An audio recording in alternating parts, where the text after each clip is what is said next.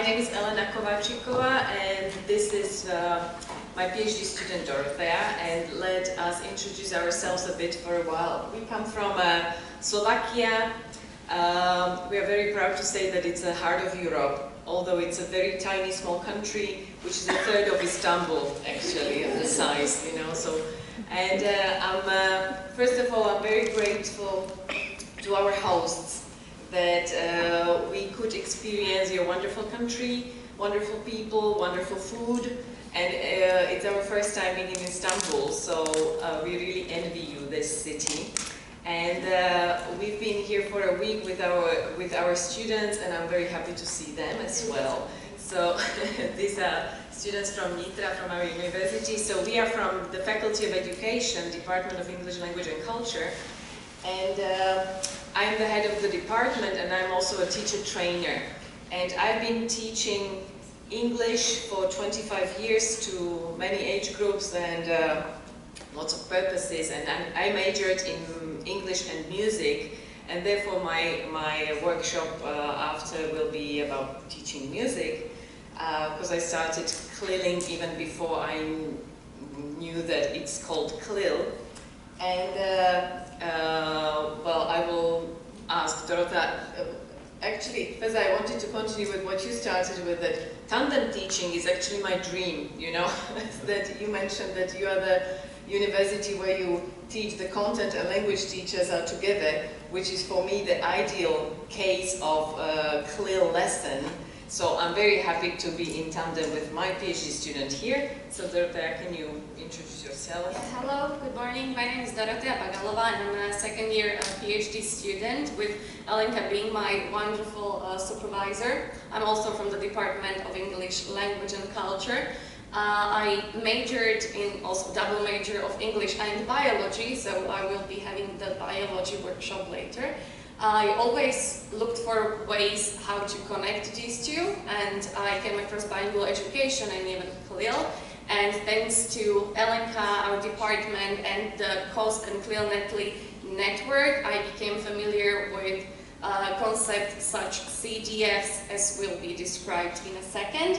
And I would like to show you this picture. This is our department staff and our students at one of our conferences called Diversity in Education, where we host speakers, and it's for pre-service teachers, right?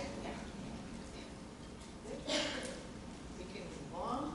So actually, we have set 3 goals or 3 objectives for today. And the first one is we would like you to articulate and think of and maybe formulate the needs of teachers in bilingual education in your country. Because this is what we did also with Slovak teachers, and I will show you the result of it. And we want to see whether we have something in common or whether you lack and miss something that our teachers do also. So this is the first thing that we will do in a minute. Then we will go through CDFs, so another acronym. So you were introduced to bi and multilingual literacies, and now CDFs is that instrument that will bring you more into a connection of content, language and cognition. And then the third part will be the part with those workshops, practical workshops that may give you some idea of how we teach CLIL. Okay? So, well, as QR codes are very popular today and this morning, I would like you to scan this. Yeah, give me a second. I'll actually open that one in Padlet so you can scan directly from there. Yeah. And I would like you to think about it. I know that most of you are language teachers, but because it's a specific, I don't know of how many countries, but we do study, when we become teachers, we study 2 subjects. So we major in language and a subject. But if you're here just language teachers, try to think about bilingual context in your country and try to think about what support do teachers need. Okay, let's keep finances, okay? We all know that we need them, but try to think about maybe policymakers, publishing houses, maybe trainings, or maybe what kind of support can you imagine would be beneficial and supporting for you as teachers? You can be as detailed and as specific as possible. Yeah, if you're not teachers and you are parents and you know about bilingual education, but yeah, okay, so try to think about it. Now, look at it from the point of view of, well, teachers. What do teachers need to be more effective teachers or to be more efficient teachers? An assistant, yeah, so tandem teaching, yeah. Okay. Training. Okay. Support of policymakers, exactly. Because what we find out, or what we have found out so far, that CLIL and bilingual education differs from a country to country. You know that for somebody it's EMI, right? MEX instruction, so English medium instruction. For some, CLIL is that digestible, gradual implementation of a foreign language into a content lesson. For some, you know, it's the content within a language lesson, so it has got many forms. Example, what is done before to see the missing parts and make it better, okay? Alright. Supportive parents. Thank you for also mentioning this part. Yeah, it's important. Okay. One day a week off. Yeah, content knowledge of the discipline. Very good. So this is that collaboration between a content and language teachers. All right. Okay. Thank you very much. Well, they can still add some more, yes, right? Yes, we can. Good. And now, the same thing we did with Slovak teachers, and actually that infographics that Yasemin showed at the beginning was we put it together from the Slovak context, and this is what they asked for. And actually it reminds me of what you have just put down. So they asked for more training, they asked for more didactic materials, as flashcards and posters. They asked for framework of reference, and this is what rings the bell with the we don't know, like we try to set up the lessons for our students, but we don't know, is it comparable? Is it something that is needed and wanted? Okay? And we will be talking about that, because I don't remember, I remember the times before 2001 when we were teaching without CEFR, and it was just, you know, he's beginner, false beginner, pre-intermediate, intermediate. Now it is all set, right? And it is all framed, and so we can put the student in the box and we can set up the lessons accordingly. You know, that framework helps a lot, yeah? Guided videos, more lessons, yeah, or longer lessons, so this is what you also asked for. Clear guidelines, so this is for policymakers, and maybe Ministry of Education or some bodies that decide on that. Shared lesson plans, so they asked for some network of teachers so that they can kind of confirm that what they do is good. Yeah. So we'll try to do, out of what you have said, we'll try to do some kind of infographics as well, so that we can compare, and this is what we're planning to do also with some other countries. So actually, thank you for your ideas and comments. And now, so the first objective is ticked, okay? And now we're continuing with CDFs. Well, CDFs stand for Cognitive Discourse Functions, which is again a very theoretical and maybe not very nicely or understandable term, so we will try to explain you what it is. Yes, so cognitive discourse functions, it's a tool or a framework that was proposed by Professor Christian Dalton-Powder from the University of Vienna, who is also part of our network and working groups in CLILNetLE, and she's the one who created the construct with 7 key cognitive discourse functions. And I would like to show you this clip. It's a 1-minute short clip where she explains what it is, right?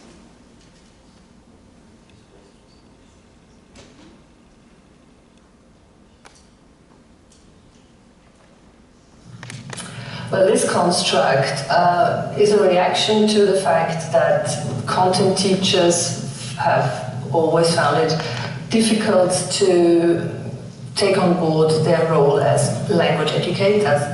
So my motivation in thinking about this construct was to come up with a conceptualization of, on the one hand, medium granularity, but on the other hand, and more importantly even, conceptualization that would really mean something to content educators, that they could take on board and say, yes, this is something that actually is part of my subject. I mean, it's not that I was the very first person who thought about that kind of thing. For example, there had been a project run or instigated by the Council of Europe that had been working on different subjects with a view to immigrant education, but we are in a very similar or even a totally parallel situation there. But that was also focused on individual subjects, and I found that there wasn't enough commonality, easily accessible commonality between these different renderings. Okay, actually, so she gave you the reason why she started or created this construct, and now let us show you what it is, and you will tell me what it reminds you of, because this is what we generally ask the teachers. If you see the construct of cognitive discourse functions, well, you can see the CDF type. There's 7 key CDF types, and also this construct involves the communicative intention behind the several and the every and each CDF type, and also some subforms or verbs that are in performance with the CDF type, because they can be put into, let's say, labels to each CDF type to create only 7 key functions.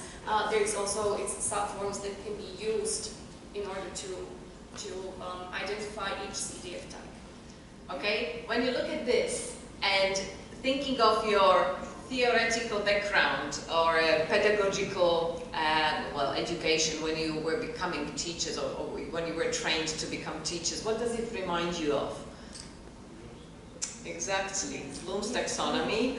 Yeah, and this was actually the first comment from our side, like, why do we need this? You know, we have Bloom's taxonomy, okay?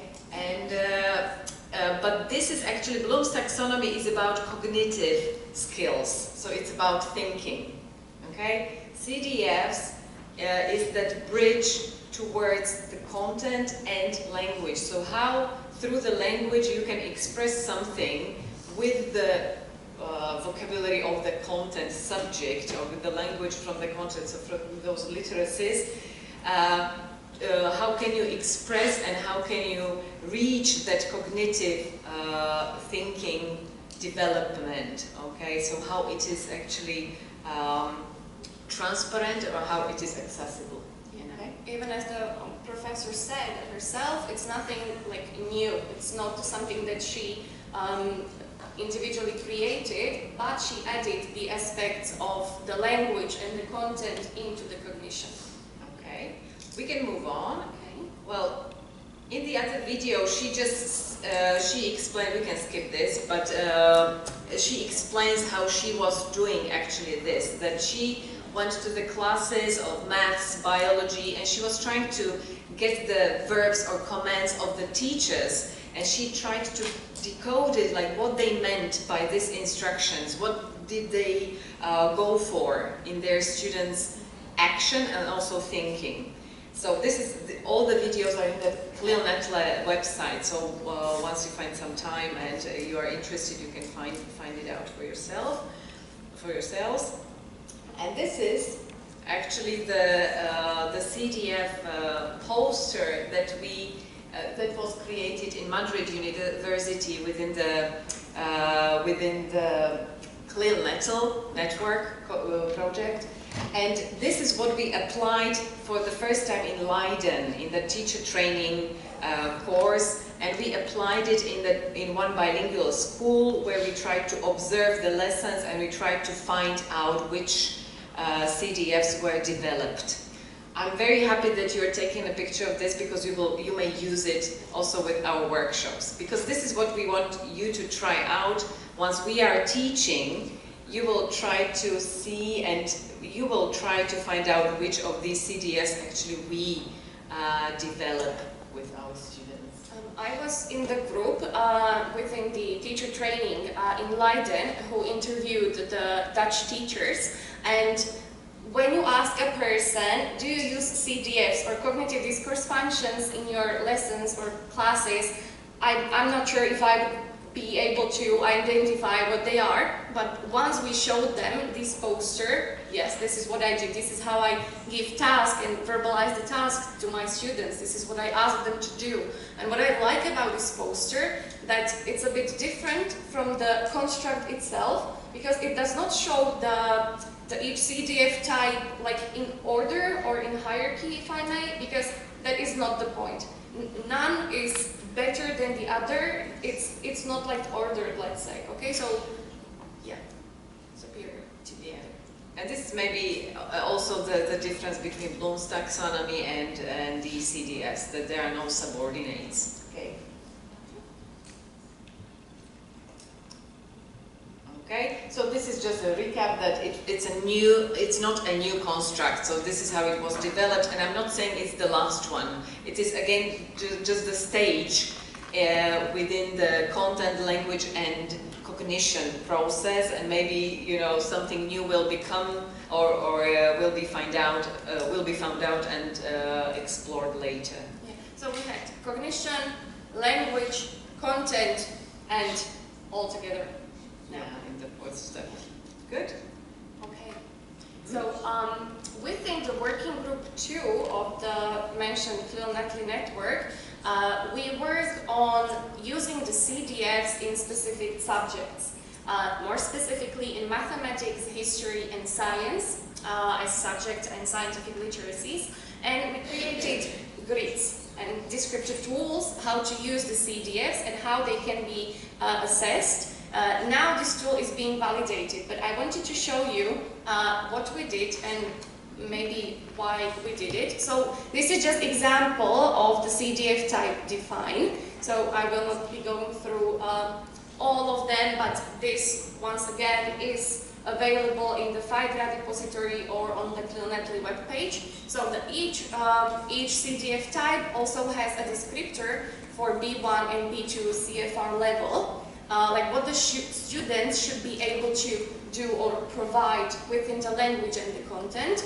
Then we included some learning situation, what in most cases is a question or for mathematics equation, I think, or anything that should be solved by these students. And then we included examples, how the answer should look like within the B1 and B2 levels of CFR levels. And then we linked it to the curriculum to see where we can find these CDF types like in present in the curriculum. For example, I did one for Slovakia, and there is also examples for Turkey. And then we added the key language. This is something that can be edited and even expanded a lot. So some key language components on verbs, clauses, adjectives, any key language that can be used within the certain CDF type. Do you want some water? Okay. So we did this for all the 7 CDF types, right?